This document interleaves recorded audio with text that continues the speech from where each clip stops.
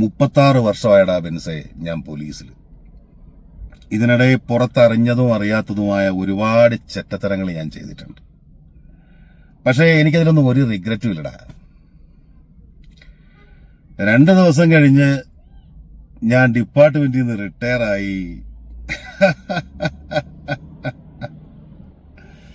George sir പഴയ George sir തന്നെയാടാ.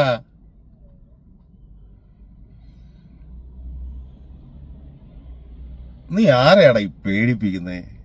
എന്നെയോ? അയ്യോ, നിന്നെ കാണാൻ ജോർജ് സാർ ഇവിടെ വന്നിട്ടുണ്ടേ. നിന്റെ മുമ്പിൽ ജോർജ് സാർ ഇങ്ങനെ നിൽക്കുന്നുണ്ടേലേ, നീ ജോർജ് സാറിനെ ഇനിയും ഒരുപാട് അറിയാനുണ്ട് അനിയാ.